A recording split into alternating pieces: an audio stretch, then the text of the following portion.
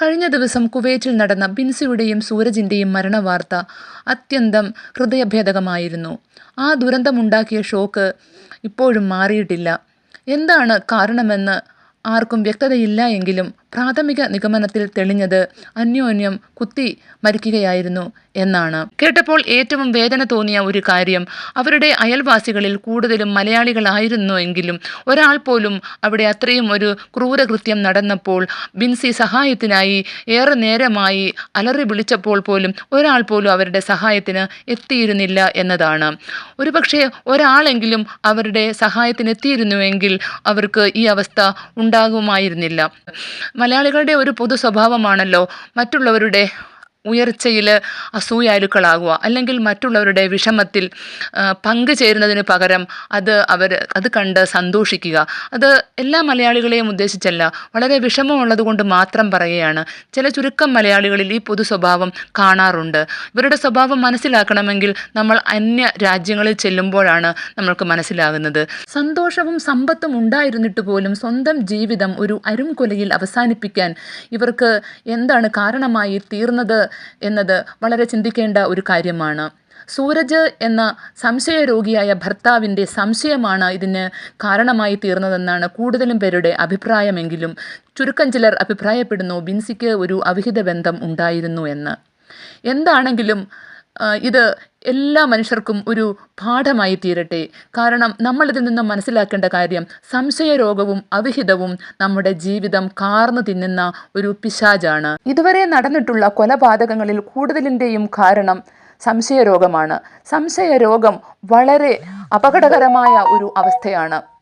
ചില ഭർത്താക്കന്മാർക്ക് സംശയരോഗം ബാധിച്ചു കഴിഞ്ഞാൽ അവരുടെ കണ്ണിന് തെറ്റും ശരിയും തിരിച്ചറിയാൻ പോലും കഴിയുന്നില്ല. ചില ഭർത്താക്കന്മാർ ആരെങ്കിലും സ്വന്തം ഭാര്യയെക്കുറിച്ച് ഒരു കുറ്റം പറഞ്ഞു കേട്ടാൽ അത് വിശ്വസിച്ച് ആ ഭാര്യയെ കൊന്നു തള്ളുന്നു. പല ഭർത്താക്കന്മാരുടെ സംശയരോഗത്തിന് കാരണം ഈഗോയും അപകർഷതാബോധവുമാണ്. എന്ത് കാരണമാണെങ്കിലും സംശയരോഗം വളരെ അപകടമാണ്. അത് നമ്മുടെ ജീവിതം നശിപ്പിക്കും. അതുകൊണ്ട് തന്നെ എല്ലാ ഭർത്താക്കന്മാരും ഒന്നുകൂടി ചിന്തിക്കുക. വിഷമമുണ്ടാക്കുന്ന മറ്റൊരു കാര്യം, ഇങ്ങനെ ഭർത്താക്കന്മാരുടെ സംശയത്തിന് ഇരയായിത്തീരുന്നത് കൂടുതലും സദാചാരബോധവും പതിവ്രതകളുമായ സ്ത്രീകൾക്കാണ്. ചില ഭർത്താക്കന്മാർ ഒരു കാരണവുമില്ലാതെ നൈറ്റ് ഡ്യൂട്ടി ചെയ്യുന്ന ഭാര്യയെ സംശയിക്കുന്നു.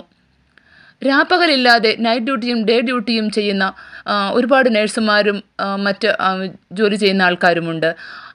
അവർക്ക് എവിടെയാണ് അവിഹിതത്തിന് നേരം? അങ്ങനെയാണെങ്കിൽ എത്രയോ പ്രവാസികളുടെ ഭാര്യമാർ നമ്മുടെ നാടുകളിലുണ്ട്.